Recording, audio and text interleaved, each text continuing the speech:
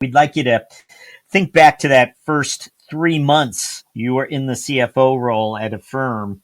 There must have been something you wish someone had told you as you stepped into that CFO role and all the responsibilities fell on your shoulders. What something you wish, and if you could go back in time, you'd tell yourself?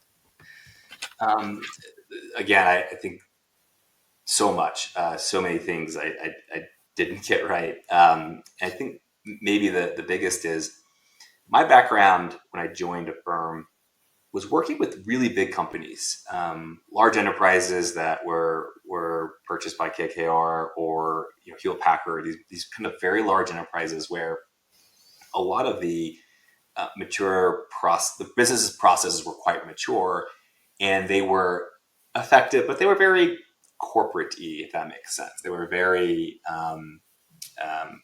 what you'd expect in large enterprises. And I came to a firm with a hesitation to be that. I'd never worked at companies at this scale point that a firm was at, and so I had a lot of hesitation with saying, I want to install a quarterly business review process. I want to install a monthly forecasting sync with the business. I want to do these things that I know to be good processes. And I had hesitation because I was really worried about organ rejection. I was really worried about people rolling their eyes at like the kind of private equity guy coming in trying to change things. And that was completely wrong. The company was truly anxious to grow up, and they really wanted the best of what finance professionals can have. And so, the lesson I think is so important there is like, no matter the stage of company, it's probably not too early for you to begin bringing in the things that are really helpful for businesses to operate better, and don't hesitate. Do the right thing no matter what scale point that you're at. And that applies, by the way, on the other end of the spectrum too. The largest enterprises need to be willing to shed bad processes, but the smallest ones should embrace a little bit of more formality. It actually helps you. And I was really hesitant there, and I should not have been. Michael, we always like to ask our guests to reflect a little on the personal side for us. Is there something generally most people don't know about you on the personal side of things? Um, I, I think I have like whatever professional ADHD is what you'd like to call it. If you look at my experiences, I really like changing tasks and contexts a lot. And so I always try to keep busy with various things.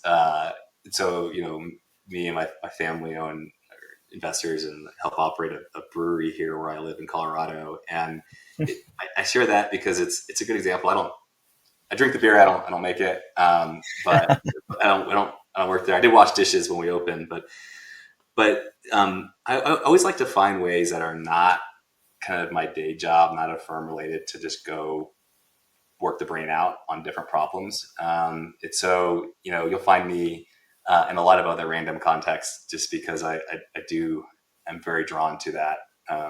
Whether that's, little miniature coding projects on the side or helping get a brewery going here in my town. Yeah. How old is the brewery now? Craft brewery, I would imagine. Yeah. Yeah, it's a small brew pub. We opened. It's about 8 years old now. 8 years old.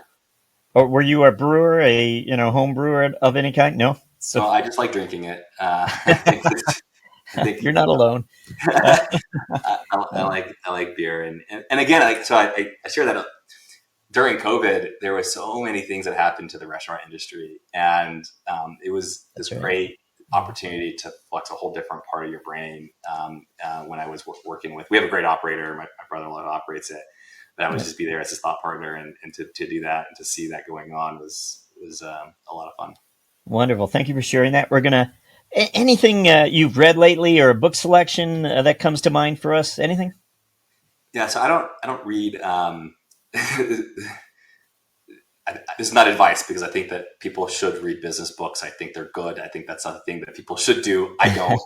I like my time I spend reading, and I read a lot, to be on completely other contexts. I don't like to escape. read. It's escape. It's a pastime. Yep. But it can be educational escape, or it could be totally just entertainment only. And so But a book I read recently, which I would recommend to a lot of folks because it's both politically topical and I think there's a really pretty cool piece of history in it. And it's a book called The Shadow Docket, and it's really about how the Supreme Court uses non-opinion, fully briefed and signed opinions to wield an awful lot of influence over how this country works. And so learned a lot about it, and it's a really cool piece of history, and the kind of thing I think, again, I think good finance folks should be spending a lot of time thinking outside of the context of finance. I think it makes you better at your job. Excellent. Thank you for that. We're up to our final question where we'll ask you to look forward finally. We're wondering what your priorities are for the coming 12 months. What would those be? I feel like we're just in this most exciting time here at Affirm. We've, the past 12 months have been really volatile. The markets have been highly volatile on rates, highly volatile on the consumer.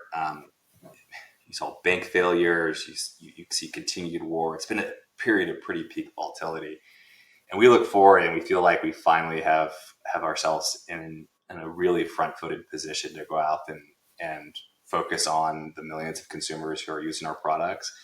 We have a lot of really exciting things going on, launching our Affirm card, and my organization is focused on helping enable all of that growth that's ahead of us.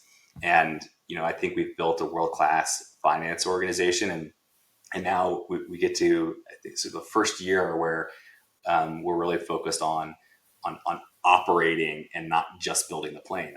When we were going public, we were still building so many pieces of the plane, and I feel like we finally have the aircraft fully built out. And so we're going to operate and help the business scale over the next 12 months and help all of the really exciting things going on see the light of day. Michael Linford, thank you for joining us on CFO Thought Leader.